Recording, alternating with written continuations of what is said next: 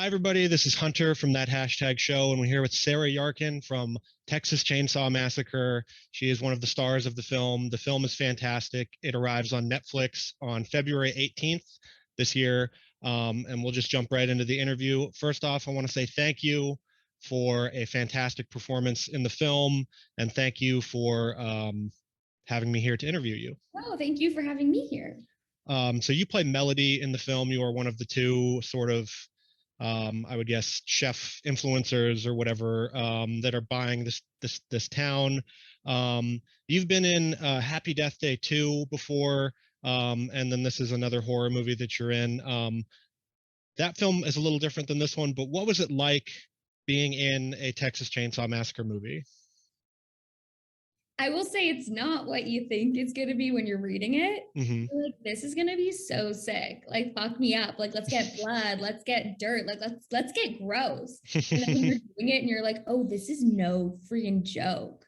Like, this is 3 days under a bed crying on your knees. Like, this is covered in what we were blood, glycerin because we were soaking wet, under a rain machine. A sewage pipe explodes on me, so I'm covered in poop half the movie. Like, it's not what you are ever going to imagine when you're reading it. So just absolutely insane.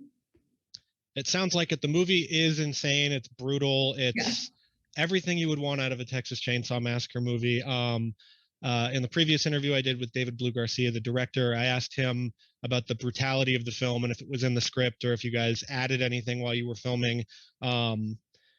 Your character, without spoiling anything, what kind of brutality did you sort of see, or did they ad-lib anything on the set while they were filming the particularly brutal scenes of the film? I mean, we were working with a stunt coordinator and stunts and stunt doubles. So from my perspective, nothing was ad-libbed in that sense, like the stunts wise, because that would be really unsafe. So I did feel really safe and supported in all those ways. And heavily rehearsed those sequences, so it didn't feel like anything was a surprise, which I'm grateful for, because otherwise this would have been like really actually bad. So that was, none of that was improvised, but there were days where we were trying to figure out scenes or lines, and David like listened to like a funny line I had. I don't think it made the cut, but like they humored me in some senses. So that was kind of fun. So you were talking about, getting the script being not different, but something not what you were sort of expecting. Going on that, how did you prepare for the role? Like, did you watch anything? Were there any sort of scream queens or final girls that you sort of tried to emulate or pick up on things here for your performance in the film? So I'm scared of everything, like the dark. I mean, I just don't watch horror movies. So I didn't watch the original until I got the role and was like, I have to watch this. So I did, and that was just so scary. Like that's a horrifying movie. So that was my big preparation horror-wise. And other than that, I really just tried to focus on the script and the given circumstances for Melody. Be like, what does she want? What is she doing? And why is she doing the things she's doing? And then kind of when you're there and you're under all the elements and you're actually, sleep deprived and covered and freezing cold, all of the rest just kind of comes, Okay. Speaking of that, of being on set and everything, it is a Texas Chainsaw Massacre movie, but you guys didn't film on location in Texas. You filmed in Bulgaria, right? How was that experience filming this sort of horrifying Americana film in Bulgaria? Yeah, definitely unique. Because where else are we going to shoot Texas but Bulgaria? I thought it was actually really cool. I mean, we were obviously under all the COVID protocols. We were shooting there. But it was amazing. I love exploring and traveling. So getting to go to a new city, they hadn't been hit super bad when we were there. So obviously we were under such tight restrictions, but getting to be in a city and explore a new place during COVID was amazing. Like beautiful parks to walk through whenever I had a spare second, which wasn't a lot. So that was amazing. And it felt like we were all a little team at summer camp shooting this like insane horror nightmare. what is your favorite moment in the film? And I think I can guess what it might be, but without spoiling anything for the Yeah. audience, what is your favorite moment in the film? Okay. My favorite moment without any spoilers is Hmm. that there were a couple days where I got to kind of be a superhero or like Hmm. an action There's person. there's I one got to scene in take particular. action. Yes. And it was so cool because I got to work with the stunt coordinator and the stunt doubles and I actually got to like feel like a little badass for a minute. And that was Hmm. really cool because a lot of the movies, me running and hiding and crying. And so this was like me taking action.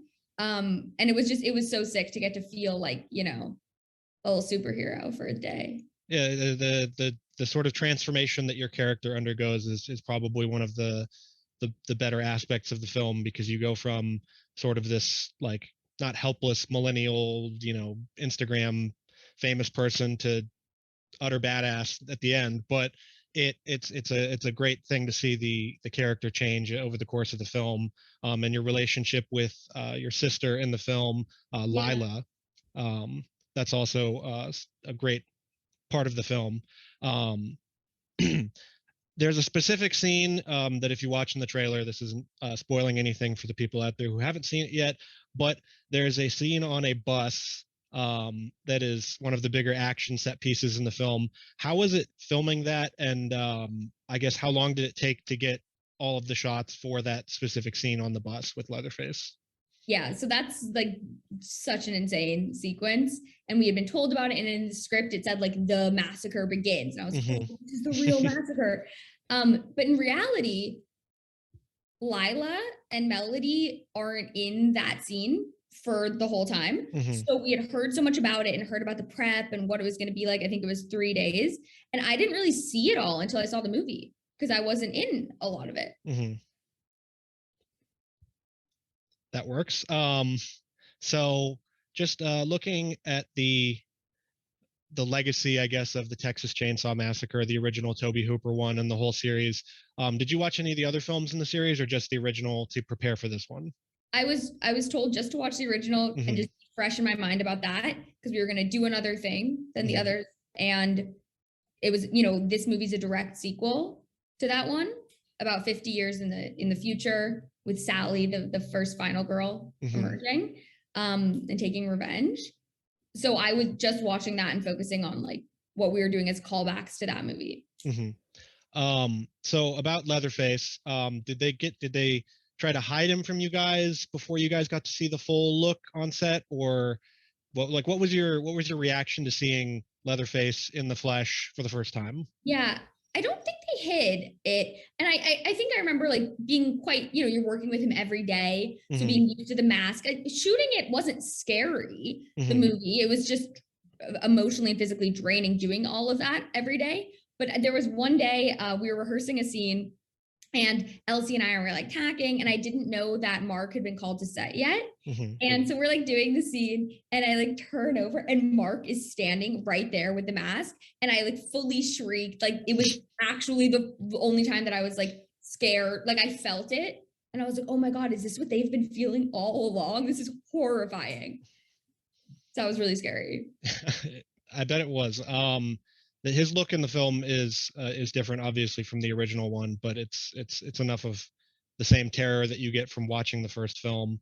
Um, so just wrapping it up here, we've got a couple more questions about just the impact of this film and how you think it'll fit into the sort of horror sphere, because we're in this sort of renaissance of horror nowadays with Scream and Halloween Kills, where it's sort of the Scream put it, with the requel, like the remake slash sequel. So where do you think horror from here, or how do you think horror fans will take to Texas Chainsaw Massacre, this film? I really hope that fans of the genre and the franchise see it are like, frick yeah, like we love the blood. I think it's super gory. I hope they root for whoever they want. And no, I hope they like it. Because again, I have a hard time watching horror movies. So I don't know what's happening inside everyone else's head, but I hope that they get what they're looking for in this. And they're like, I hope they think it's a lot of fun. Awesome, awesome.